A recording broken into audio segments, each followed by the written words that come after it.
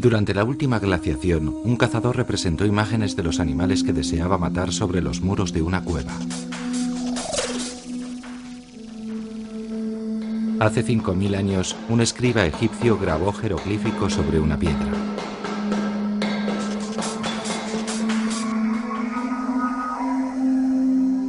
Ellos y sus respectivas civilizaciones han desaparecido, pero sus pinturas y escritos han sobrevivido y han sido descifradas.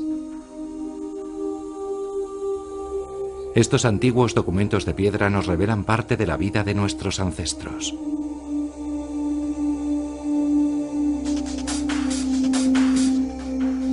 Este método para conservar información ha funcionado durante 35.000 años, hasta hace unas 3 décadas, en los albores de la era digital. Desde entonces el credo ha sido más rápido y sobre todo digital. Sin embargo, nos estamos colocando en una situación peligrosa. Una gran parte de nuestra correspondencia y muchas de nuestras imágenes se crean utilizando los ordenadores. Pero, ¿seremos capaces de seguir leyéndolas en el futuro? Lo que antes quedaba impreso en piedra ahora se quema en pequeños discos de plástico. ¿Qué será de ellos dentro de 50, de 100 o de 1000 años?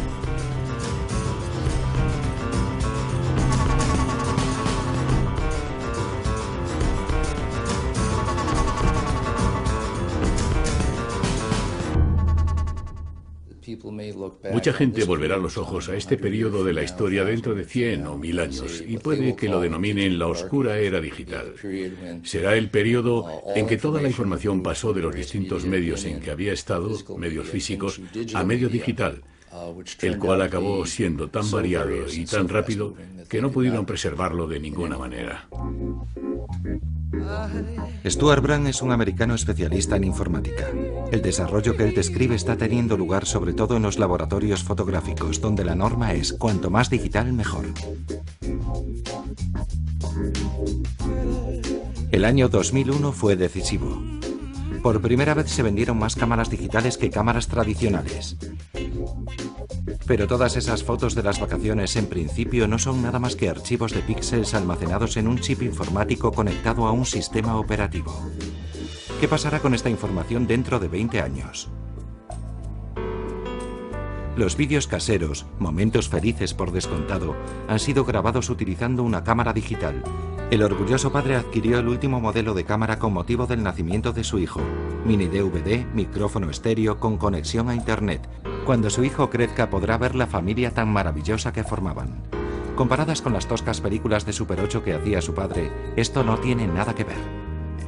Pero ¿cuánto tiempo pueden sobrevivir estas grabaciones? Incluso los sistemas más modernos disponibles en la actualidad no tardarán en quedar obsoletos, desaparecidos y olvidados como el Betamax, el Video 2000 y el Super 8. Sin el equipo de visualización adecuado, su hijo nunca podrá verse dando sus primeros pasos. Las imágenes de su infancia se perderán para siempre.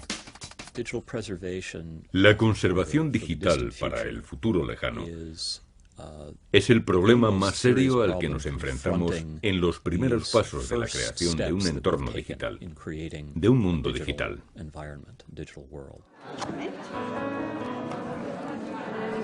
El nuevo mundo es digital y joven, y si no se tiene acceso a Internet no se forma parte de él, como esta mujer que está celebrando el centenario de su nacimiento con sus hijos, nietos y bisnietos. Aún así posee algo valioso que cada vez está menos de moda en la actualidad. Siempre que le apetece puede sacar el álbum familiar y recordar momentos felices, sin ninguna tecnología de imagen ni sistema operativo. Permitimos al progreso dictar nuestro comportamiento. Se supone que debemos reemplazar ese viejo álbum de fotos por una colección de fotos en CDs y vídeos digitales. Pero ¿sería posible que pudiéramos enfrentarnos a un futuro sin ninguna imagen en absoluto? ¿Sin esos recuerdos de los momentos felices? La mayoría de la gente es vagamente consciente de la cuestión, pero de hecho no lo percibe como un problema grave. Es un incordio, pero cuando lo expandimos y lo agregamos a la escala global y a décadas múltiples, entonces se convierte en un problema sumamente grave, porque no existe ninguna solución clara en absoluto.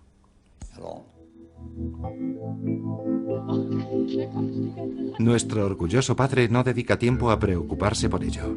Está satisfecho y la tecnología digital le parece fantástica. Con el software de montaje adecuado consigue rápidamente resultados perfectos. En nada de tiempo ha producido una película del bebé que despierta la admiración de todo el que la ve.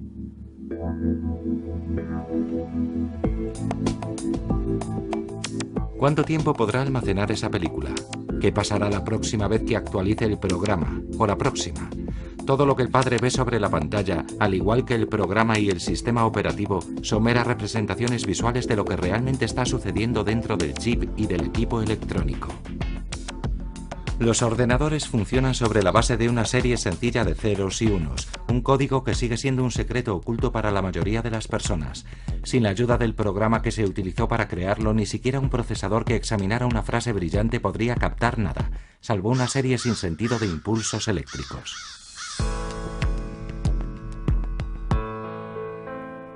Pero los programas desaparecen a medida que los ordenadores van quedándose anticuados, y en la era digital las cosas envejecen mucho más rápido que antes.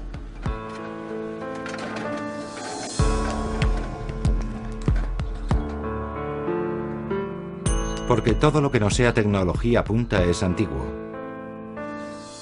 James Burkett comercia con residuos de alta tecnología y gana dinero gracias a esta rápida depreciación. Bienvenidos a Triage. Básicamente aquí es donde se sienta la gente. Tenemos montones de cosas apiladas por ahí que ellos miran y deciden si merece la pena conservarlas. Si cumplen con ciertas especificaciones, las conservamos, pero si no, se desguazan. Vende los residuos y consigue beneficios. Sus colegas, la mayoría de ellos antiguos desempleados o como el mismo Burkett adictos a las drogas, instalan los componentes en las máquinas que están en mejor estado y las donan, ya funcionando, a organizaciones benéficas. Este no tiene más de 2 años. No tiene más de 2 años y sin embargo tiene más potencia procesadora de la que tenía todo Estados Unidos cuando puso al hombre en la Luna. Tiene más potencia procesadora de la que había en todo el planeta durante la Segunda Guerra Mundial y cosas por el estilo, y ya ha quedado obsoleto. James Burkett es como el Robin Hood de Silicon Valley. Su misión es aprovecharse del ansia de modernización de la sociedad para proporcionar trabajo y alimento a los pobres. La mercancía del almacén tiene un índice de rendimiento de 4 semanas. Un camión entrega la mercancía 2 veces al día. Un flujo eterno de ordenadores, muchos de los cuales todavía funcionan, desechados porque existe otro nuevo modelo disponible. Algunas empresas en el transcurso de sus operaciones diarias deciden que el hardware ya no se ajusta a sus necesidades y no nos molestamos en conocer la razón de por qué deciden que ya no es el adecuado. Generalmente porque algún vendedor ha convencido a alguien de que necesitan un reloj 100 milésimas de segundo más rápido o un monitor medio centímetro más grande. Y se gastan el dinero a lo loco.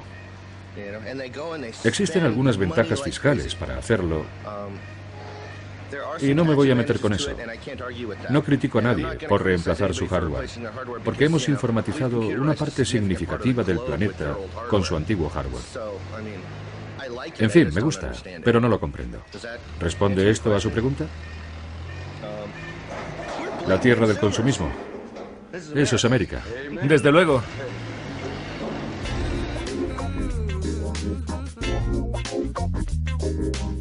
Entre los mercados que satisfacen el ansia de mejoras digitales se incluyen las ferias de electrónica anuales para el sector del entretenimiento. La industria entera sobrevive introduciendo nuevos formatos y haciéndonos pensar que siempre podremos confiar en la última tecnología. Pero en realidad la planificación del siguiente paso, de la próxima novedad importante, del próximo estándar industrial, ya está en marcha. Aún así deseamos creer que hemos comprado lo último en cámaras, la mejor cámara digital, y nos aferramos a todas y cada una de las palabras del vendedor. Prácticamente todo el sector se ha digitalizado. Ahora solo se trata de que todas las máquinas y electrodomésticos del hogar empiecen a comunicarse unos con otros. Digital se ha convertido en algo más que en una palabra gancho. Es casi un dogma de fe cuyo significado y propósito no hay que cuestionar. Lo aceptamos en todo su significado, pese a lo absurdo que pueda parecer. No quisiera exagerar, pero yo diría que este es el futuro de la memoria digital. Debería saber que no es así, porque no hay nada más incierto que el futuro de la memoria digital.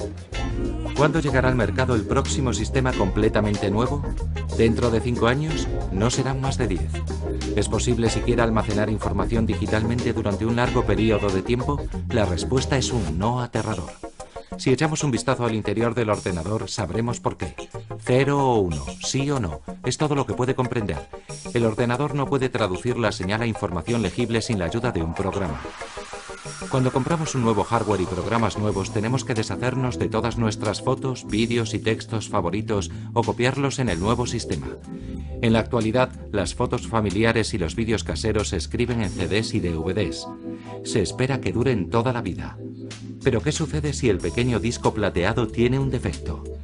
Nuestros recuerdos de la infancia desaparecerán para siempre.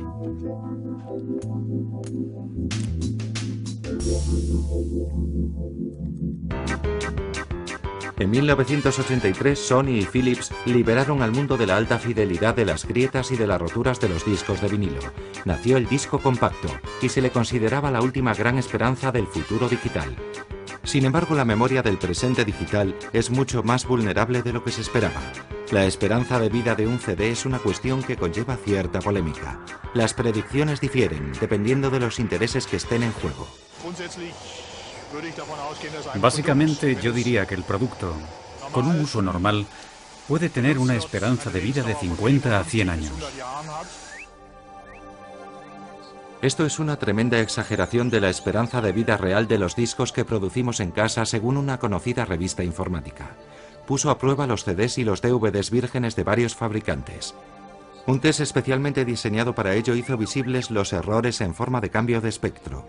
Los resultados: muchos discos vírgenes dejan los archivos de memoria tan plagados de errores que ni siquiera pueden soportar un uso normal. Los test de durabilidad son puramente especulativos.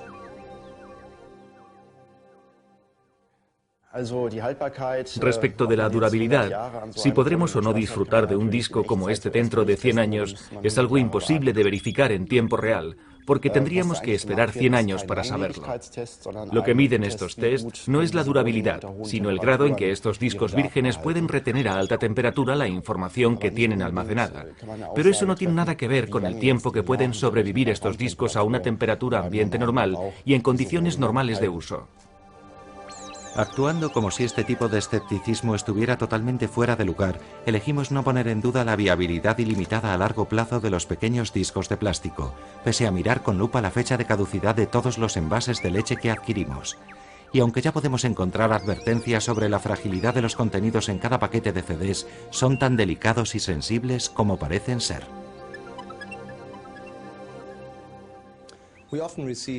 Solemos recibir CDs y DVDs que ya no pueden leerse. Algunos de estos discos ni siquiera tienen daños visuales como arañazos o mellas. Sencillamente no se pueden leer.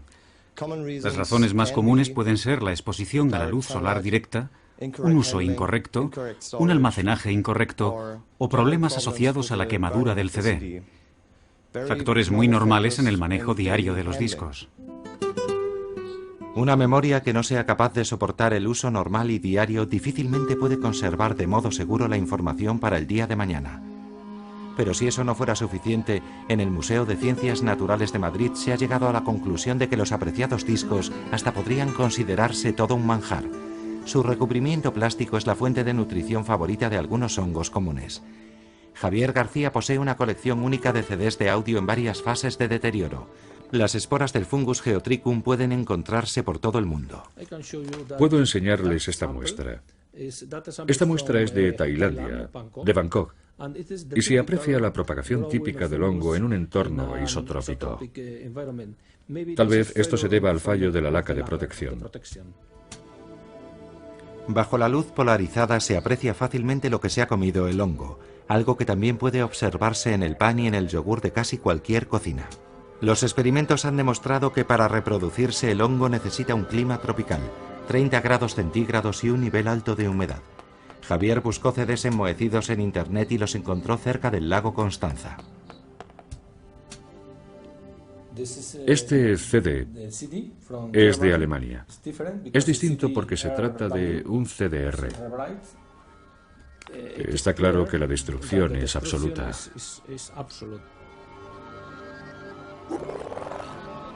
Los CDs infectados de Javier García son una rareza, pero demuestran que no podemos cabalgar sobre la ola digital tranquilamente sin cuestionar los desarrollos tecnológicos.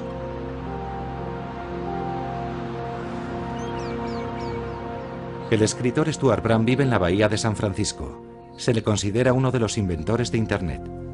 En la actualidad se dedica a criticar la velocidad a la que se impone una tecnología fuera de control a un público crédulo.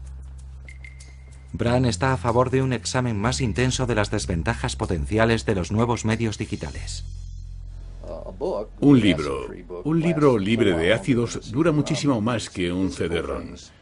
Estos objetos físicos generalmente desaparecen en 15 años. Y no es del todo seguro que puedan abrirse. Dentro de 100 años se podrá seguir abriendo un libro sin duda alguna, pero es probable que no podamos abrir un CD-ROM. En Noruega existe una clínica especial para las memorias ya ilegibles en la actualidad.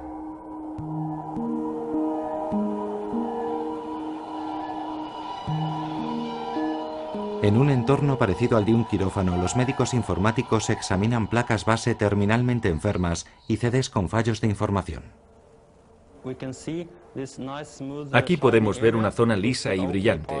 Es la parte del disco que está bien, donde podemos recuperar una gran parte de la información. Aquí la cabeza ha entrado en contacto con la superficie y ha arrancado el recubrimiento metálico del disco. Por eso en esta parte de aquí se han borrado los datos. El desarrollo tecnológico está convirtiendo los equipos más importantes del mundo actual en pacientes crónicamente enfermos. El hecho es que se está intentando hacer bits más pequeños y también más instalables. De manera que existe un compromiso entre la capacidad de memoria y el espacio de tiempo en que se puede almacenar la información. Ahora la tendencia es hacia la capacidad del disco, lo cual significa que se pondrá el máximo de información posible en los hard drives. En cuanto al tiempo en que puede almacenarse de modo seguro, aún no se sabe. Hablamos de décadas, puede que 10, 20 o 30 años, más o menos por ahí. Es algo de lo que a nadie le gusta hablar, pero que sucede a diario. Los especialistas en recuperación de datos, como los de esta empresa noruega, se enfrentan a nuevos casos todos los días, muchos de ellos sin remedio, como este. Unas cintas de vídeo magnéticas dañadas por una inundación en el sótano de un edificio de oficinas. Es mejor mantenerlo húmedo, porque si se seca, la suciedad se queda mucho más adherida sobre la cinta y es más difícil recuperarla. También es muy importante controlar el proceso de secado. Se puede apreciar que ésta se ha mojado mucho. Este tipo de daño no es enteramente digital por naturaleza. Los medios analógicos también pueden quedar destrozados cuando se mojan. El problema es que la sociedad digital de la actualidad depende cada vez más de la capacidad de almacenaje ilimitada, haciéndonos más vulnerables. Los datos se pierden con mucha frecuencia. En nuestra empresa en Noruega tenemos 30 casos diarios de pérdida de datos. Y esto incluye desde particulares a grandes empresas, a bancos y hospitales, hasta el ejército, a todo el mundo. Todos los días asistimos a la pérdida de grandes cantidades de información y aumenta deprisa. La memoria de los datos digitales se ha convertido en nuestra memoria colectiva.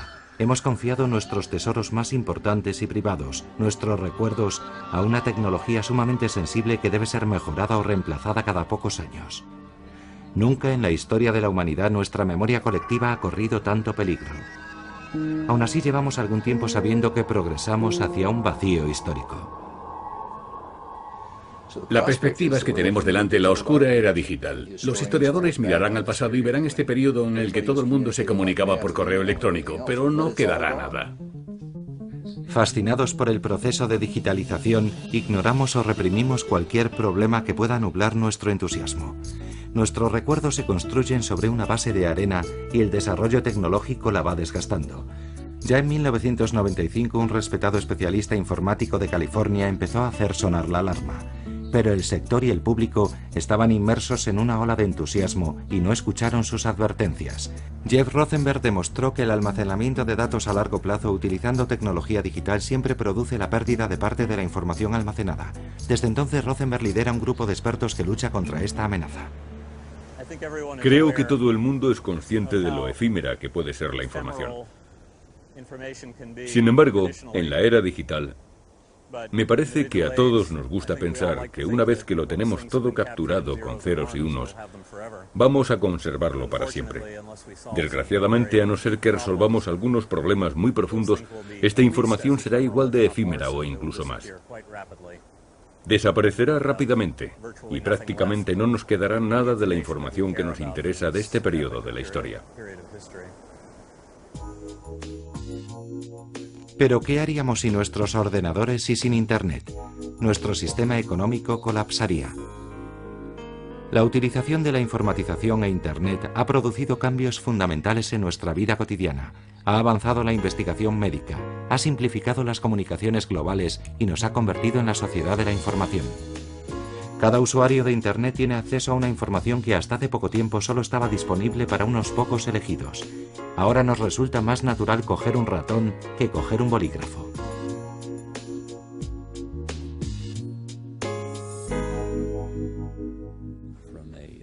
Desde el punto de vista histórico, este es un periodo único en la historia, donde se ha realizado la transición al empleo de la tecnología digital. Asumiendo que no se trate de una burbuja temporal de la historia y que continúe en el futuro, esto se considerará como el comienzo de una nueva era. Muchas personas lo han vinculado a la invención de la imprenta, pero personalmente opino que se parece más al invento de la escritura en sí misma. Lo considero un cambio fundamental en nuestro modo de entender la información. Pero sin embargo parece que permanecemos dormidos ante esta época trascendental de la historia. Casi parece que no consideramos nuestra era lo suficientemente importante como para conservarla para la posteridad. Hace 10 años saltó una señal de alarma ante este tipo de indiferencia. Por aquel entonces, el medio de almacenamiento de memoria más común utilizado por los ordenadores caseros era un disco cuadrado de plástico blando de 13,35 centímetros de lado, el disco floppy. Si alguien hubiera dejado un testamento grabado en un disco floppy, sería inservible en la actualidad. Los supervivientes no podrían encontrar un ordenador capaz de leerlo. 2 veces al día un camión realiza su ruta por el área de la bahía de San Francisco. Su conductor, un hombre llamado Will, tiene uno de los puestos de trabajo más estables del sector de la informática. Recoge residuos de alta tecnología.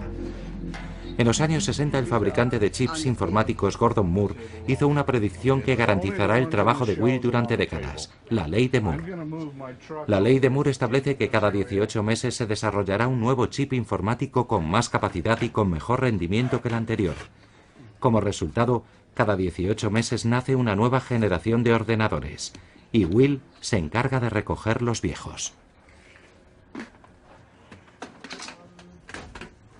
La mayoría son equipos viejos que ya no se utilizan. Algunos podrían funcionar, pero se han quedado muy obsoletos, de manera que no merece la pena intentar repararlos. Todos tienen alrededor de 4 años y los hemos actualizado porque, como la mayoría de ustedes probablemente sepan, la tecnología está superando a todo el mundo y la antigua ya no satisfacía nuestras necesidades. Era demasiado lenta y la gente se quejaba: no puedo descargarme nada, no puedo hacer mi trabajo. De manera que el año pasado compramos ordenadores nuevos para todos. La ley de Gordon Moore ha mantenido su validez hasta el día de hoy con una pequeña salvedad.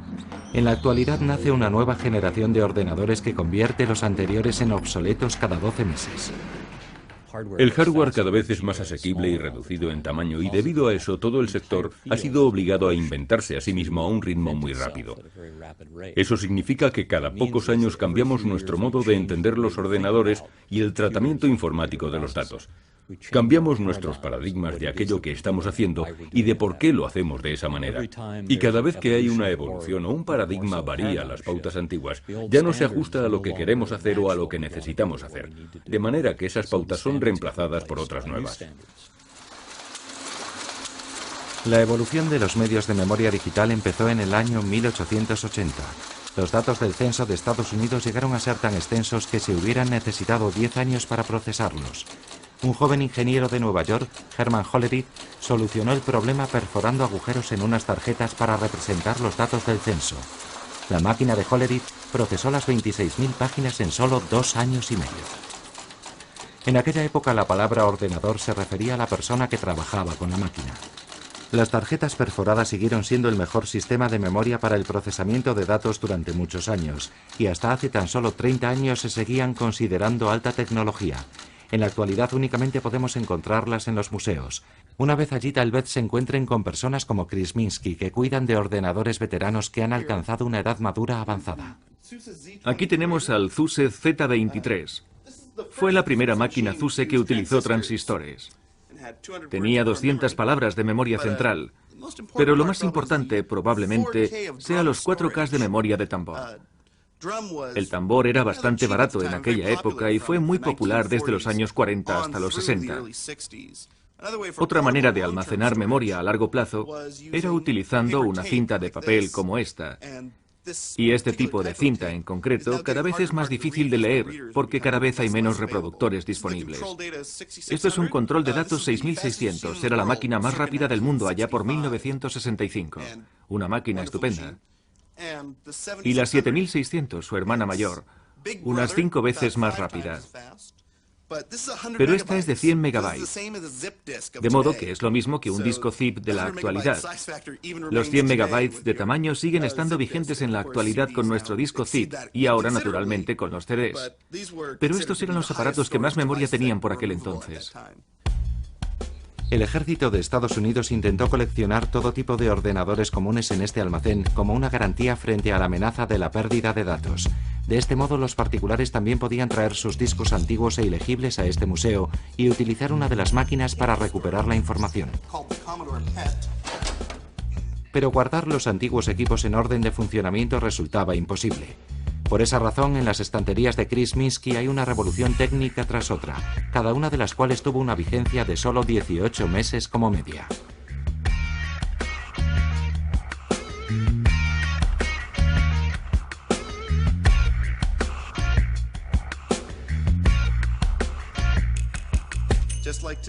Lo mismo sucede con las cintas de audio actuales y el modo en que se grababan. El modo en que funcionaban las cintas era utilizando un módem para coger las acciones de la máquina y convertirlas en sonido. Y así se grababa el sonido en la cinta. Y cuando se intentaba reproducir, se accionaba el sonido y pasaba por el módem y volvíamos a escuchar la grabación. De modo que básicamente es lo mismo que conectarse a Internet en la actualidad, excepto que lo hacías en tu propia máquina. Por eso resultaba muy lento, pero era compacto. Además, podías conseguir las cintas en cualquier parte, de modo que era bastante eficaz. Los museos de informática solo almacenan el hardware, la parte visible del ordenador. Sus funciones y su rendimiento, todo lo que implicaba su utilización, se vuelve viejo y anticuado y no se puede utilizar. Con el fin de imitar estas idiosincrasias y las características especiales de las primeras máquinas, los científicos han creado un nuevo museo de informática artificial. Se puede hacer algo casi igual, pero sin complicaciones, y es crear ordenadores virtuales.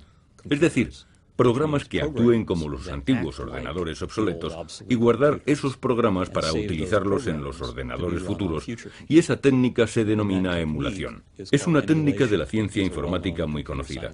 Básicamente consiste en escribir un programa para un ordenador que haga a ese ordenador ocupar el lugar de otro, que pretenda ser ese otro ordenador.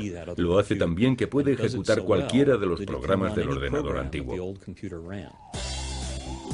La emulación es una antigua conocida de la generación que pasó las tardes en su cuarto en vez de salir fuera a jugar al balón.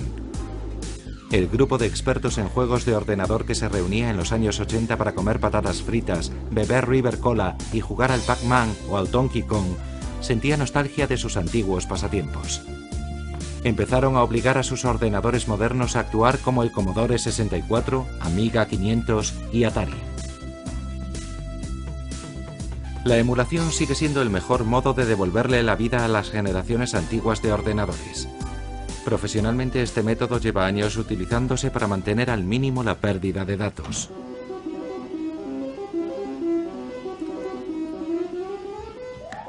Sin embargo, el elegante método de la emulación es algo para expertos. El resto de los mortales, los usuarios caseros, deben conformarse con otras maneras distintas y molestas de garantizar que no desaparezcan sus datos. La migración es un proceso por medio del cual se trasladan los archivos de un sistema a otro.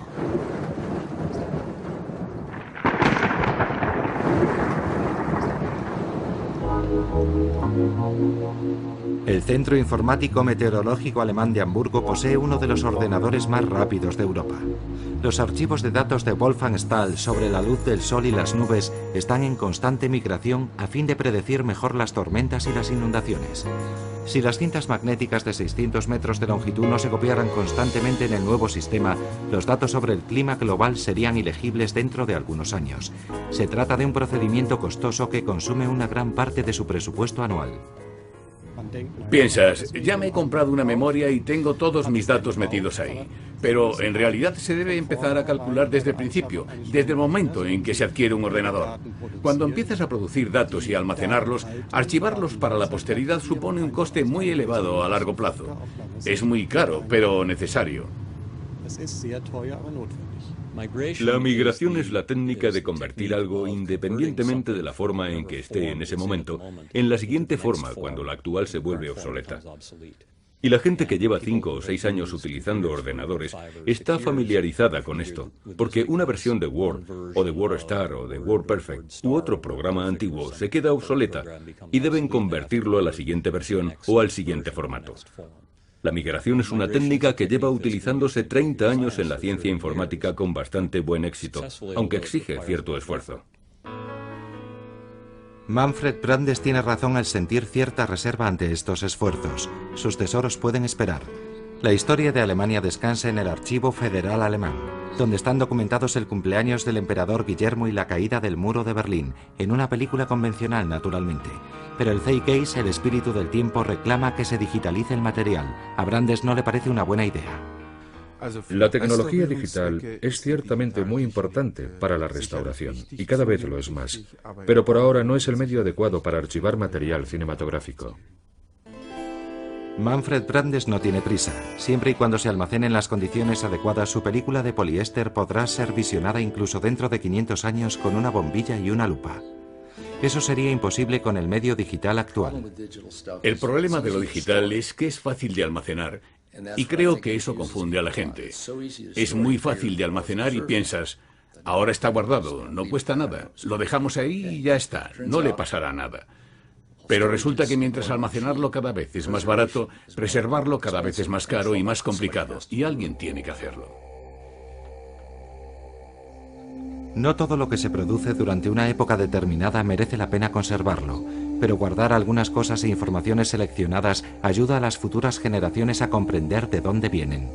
Por eso en todas las épocas desde la invención de la escritura, a las personas de confianza les ha sido encargada la tarea de conservar para la posteridad aquellas cosas que la sociedad considera importantes.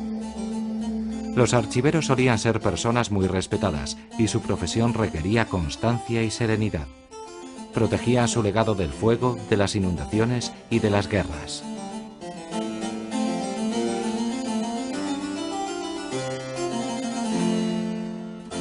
Los reyes y los príncipes construían bibliotecas monumentales porque sabían que si una cultura pierde sus libros y sus escritos, su propia memoria, pierde también su identidad. Hoy en día, en la era digital, la amenaza procede del interior, como una enfermedad silenciosa. La creciente cantidad de medios electrónicos convierte el trabajo de un archivero en una profesión angustiosa. Los libreros han sido los guardianes, los conservadores de los libros. Digamos que cerramos la puerta y mantuvimos a los libros vivos y en buen estado. En la actualidad tenemos que ser mucho más activos. Debemos cuidar del software, de todos los sistemas en funcionamiento. Si hacemos solo lo que hacíamos antes, que era más o menos no hacer nada, lo estaremos haciendo mal. Eso es lo que no podemos hacer, no hacer nada. Tenemos que hacer algo, estar activos, inventar, ser creativos y estar muy al día de la tecnología. En el área de San Francisco fue donde se originaron la mayoría de las innovaciones que han impulsado el auge de la alta tecnología en los últimos años. Sin embargo, algunos se han cansado del ritmo cada vez más absurdo del sector. Un grupo de especialistas en Internet y de ingenieros informáticos se agruparon para crear la Fundación del Largo Ahora. En vez de construir ordenadores más rápidos que los que tenían en el pasado, Stuart Brand y Daniel Hills, junto con sus socios, han desarrollado un ordenador mecánico único en su especie, un reloj programado para 10.000 años.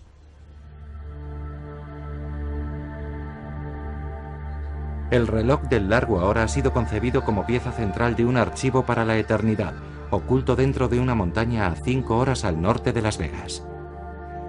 Sobre la cumbre de la montaña, en lo alto del desierto de Nevada, los árboles vivos más antiguos del mundo han soportado los vientos y el clima durante 4.500 años. Son tan antiguos como las pirámides de Giza.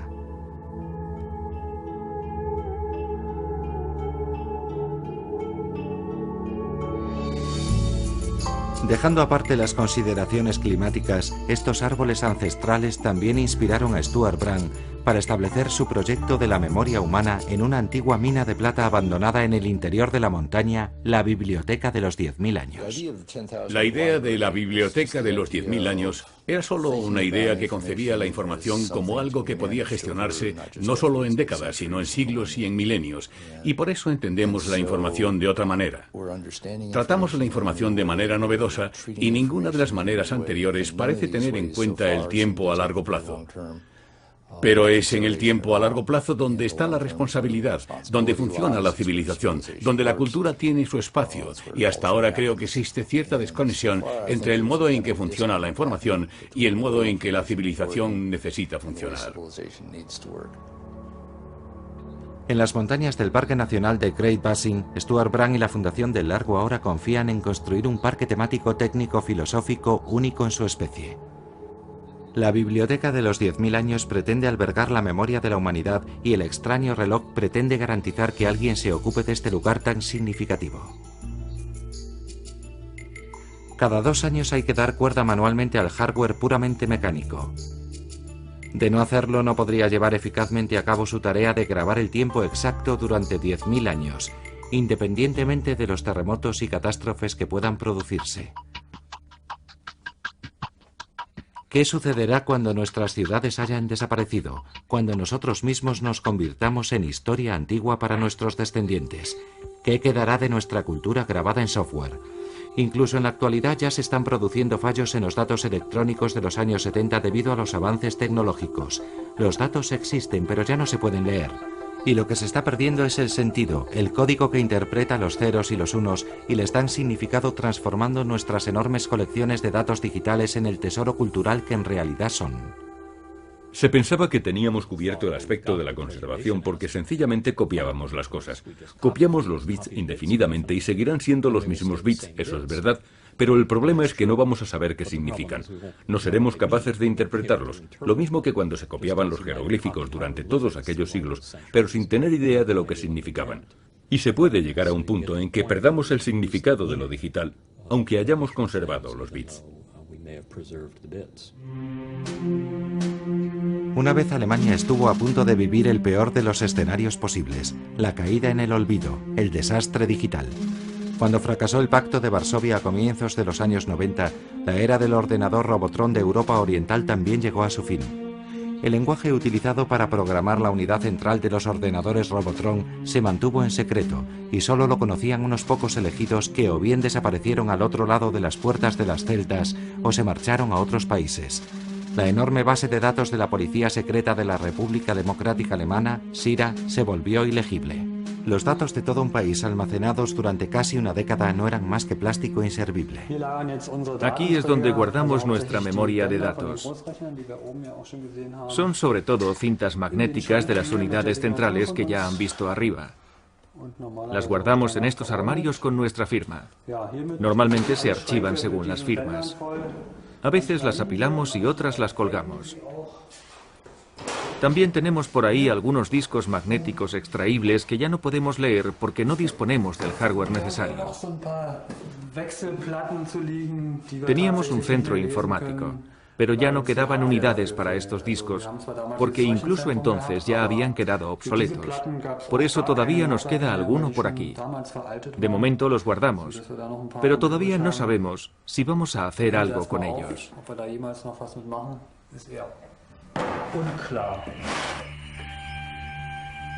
Uno de los episodios más espectaculares después de la caída del muro de Berlín fue el asalto al cuartel general de la Policía Secreta en Berlín Oriental.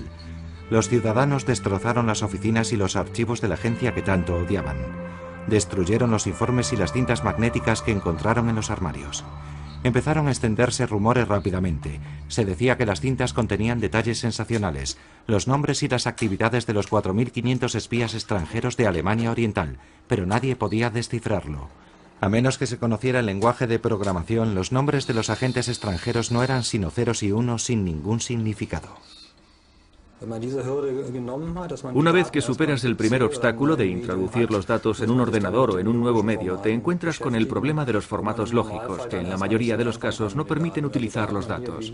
Entonces, si como en este caso no se tiene experiencia, los datos son básicamente inservibles. Puedo ver un número de registro, pero no puedo hacer nada con él.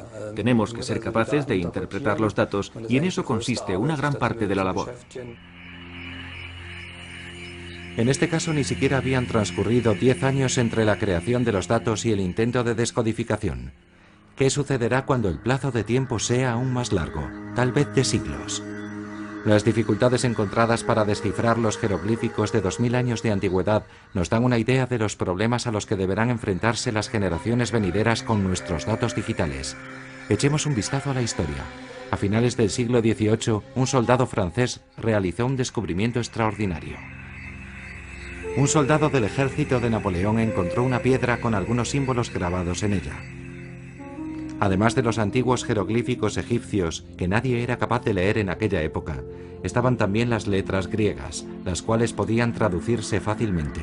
Entre otras cosas, se dijo que los textos de la piedra eran idénticos. Eso convirtió a la piedra Rosetta de 2000 años de antigüedad en un diccionario para la desconocida lengua escrita de los faraones. Todo un descubrimiento mundial. Un francés experto en Oriente Medio, François Champollion, consiguió descifrar los misteriosos símbolos del antiguo Egipto. Gracias a él fuimos capaces de rellenar una laguna lingüística que abarcaba 2000 años. ¿Podría hacerse lo mismo con un código digital? Las probabilidades no son buenas, y nuestra cultura, nuestra época, se encuentran bajo la amenaza de desaparecer para siempre. Hasta ahora todos los intentos realizados para solucionar los problemas de la memoria digital a largo plazo han fracasado debido a la esperanza de vida limitada de los soportes de datos y a la ausencia de un lenguaje digital que pueda resistir el paso del tiempo. ¿Sería posible crear una piedra Rosetta moderna para la era digital? ¿Algo que pudiera sobrevivir durante varios milenios? En todo el mundo se está trabajando en esto para encontrar soluciones, especialmente en el Centro de Desarrollo Informático de San Francisco. Aunque hay algo que deberíamos saber. Hasta ahora nadie ha conseguido darle una salida a este dilema digital. Pero se han producido algunos avances. La Fundación de Largo ahora ha desarrollado un sistema de memoria a largo plazo para guardar imágenes y documentos durante más de 10.000 años. Jim Mason diseñó el moderno disco Rosetta, una versión actual de su antigua tocaya. Grabó un área de traducción central en cada uno de los discos, el primer capítulo del Antiguo Testamento traducido a 7 idiomas. Este es el aspecto que tendrá. Vendrá en una esfera con el disco encastrado en el centro. Además, tiene un diseño visual interesante. Intenta explicar las instrucciones operativas a través del diseño. Comienza a una escala visible por el ojo y va disminuyendo hasta el punto de sugerir que puedes encontrar más si consigues algo con que aumentarlo. Las páginas del texto, las 30.000 páginas del texto se descargan aquí, entre los radios. Como la piedra de donde toma su nombre, el disco Rosetta es un medio de memoria analógico, pero de alta tecnología. El martillo y el pincel han quedado obsoletos. Los grabados se realizan hoy en día utilizando una corriente de iones de galio que han sido acelerados en un campo magnético y conducidos de manera controlada a un disco de níquel, donde crean un tipo indestructible perfectamente legible. Se trata de una tecnología de grabación analógica que permite micrograbar las imágenes físicas de cada página del texto a unos 200 micrones por 200 micrones. Tenemos 30.000 páginas en este disco de níquel de 7 centímetros y medio. Se puede leer con un microscopio al estar escrito en níquel, un material muy estable, y que se supone que puede sobrevivir un par de miles de años.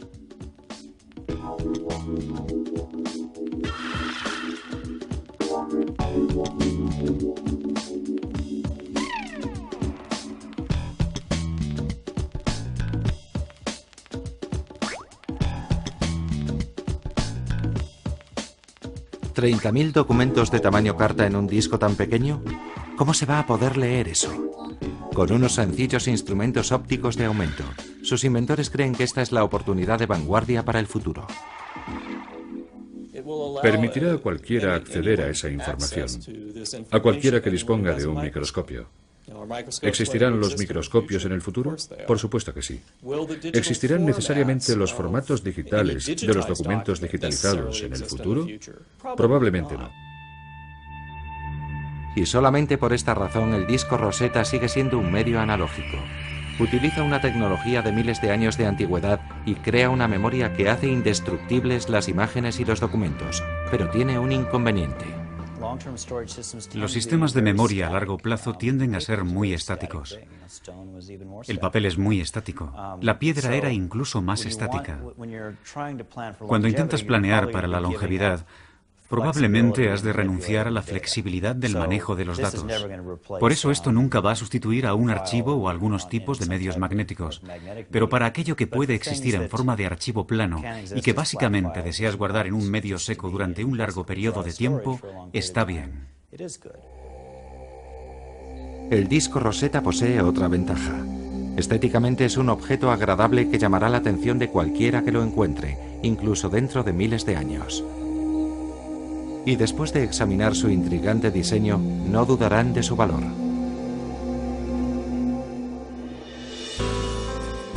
Sin embargo, hasta que se encuentre una solución a los problemas de la memoria de datos a largo plazo, seguiremos avanzando satisfechos hacia un futuro incierto, con la esperanza de que algún día seamos capaces de impedir que aquello que es tan importante para nosotros se pierda para siempre.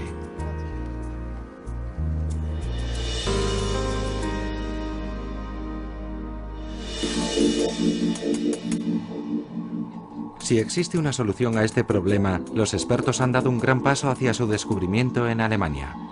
En un laboratorio de investigación de la Universidad de Colonia se han quemado grabaciones de vídeo convirtiéndolas en cristal y se han reproducido con la ayuda de un láser. El proceso, denominado memoria de masa holográfica, todavía está en fase experimental, pero parece muy prometedor. Theo Boyke y su equipo de físicos empezaron a desarrollar las conocidas técnicas holográficas para almacenar datos en los años 60. Incluso con una linterna convencional, la cualidad refractiva de los cristales de memoria es claramente visible. Hemos construido un dispositivo capaz de grabar grandes cantidades de datos. Además, y esta es la característica más interesante del medio, tiene garantizada una duración de 100 años. Los científicos de Colonia han descubierto el truco, la combinación de holografía y tecnología de vídeo. Las imágenes se transmiten a un monitor LCD. Después, un láser verde especialmente diseñado para ello proyecta cada una de las imágenes individuales fijas sobre un cristal de memoria del tamaño de un sello de correos. Sobre el cristal la imagen produce una pauta típica de oscilación comparable a la del negativo de una película, analógica o digital, como se quiera. A continuación, la serie de imágenes pasa por un proceso de fijación para crear un holograma permanente. Cuando iluminamos este punto, utilizando un láser, podemos reconstruir lo que tenemos escrito en el cristal. Pero ya no se puede sobreescribir ni destruir. Esto quiere decir que hemos creado un archivo que puede releerse indefinidamente, pero que nunca podrá ser destruido. El holograma también puede leerse utilizando un láser similar en principio a un proyector de cine. Un cristal del tamaño de un pulgar tiene una capacidad de 400 gigabytes de información y los expertos de Colonia ya están trabajando con cristales de terabyte.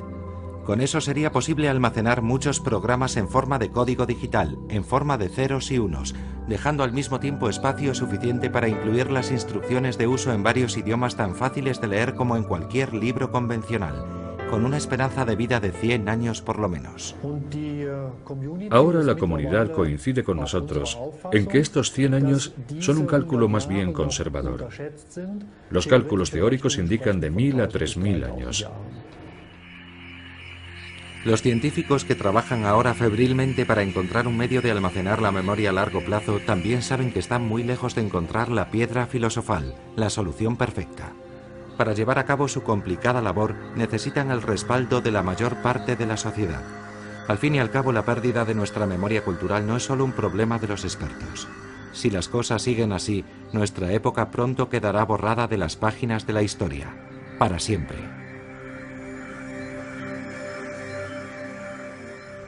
Creo que la mayoría de la gente asume que el sector va a solucionarlo. Cuando hablo con la gente me suelen decir, ¿no nos lo va a solucionar Microsoft o IBM o alguien? Y la respuesta es que sin una gran motivación, sin una cierta motivación del mercado, no parece que eso vaya a suceder pronto. Tal vez suceda cuando exista suficiente impulso para ello, pero de momento no existe. Creo que si tiene que encontrarse algún tipo de solución no vendrá de la tecnología, sino de la economía, de la política o de la religión, o de la gente que empiece a hartarse y a decir que ya no quiere seguir viviendo así. No quiero cambiar mi ordenador en un plazo inferior a 5 años. No quiero volver a cambiar mi sistema. Es demasiado complicado. Quiero quedarme con lo que tengo por muy malo que sea y seguiré con Microsoft durante los próximos 1000 años. Pero a mucha gente eso le deprime y dice que no, que de eso nada. También podríamos dejarlo aquí y quedarnos con lo que tenemos. No, no podemos. Y sigue la polémica. ¿Y por qué lo hacemos? ¿Por qué nos molestamos? ¿De qué sirve todo esto? ¿Debería preocuparnos qué aspectos y cuánto de nuestra época se transmitirá a las generaciones futuras? Sí, porque este conocimiento del pasado es lo que crea la identidad de una sociedad. Debemos asegurarnos de no condenar a las generaciones futuras a mirar hacia atrás y ver una oscura era digital. Todavía estamos a tiempo de evitar el desastre digital.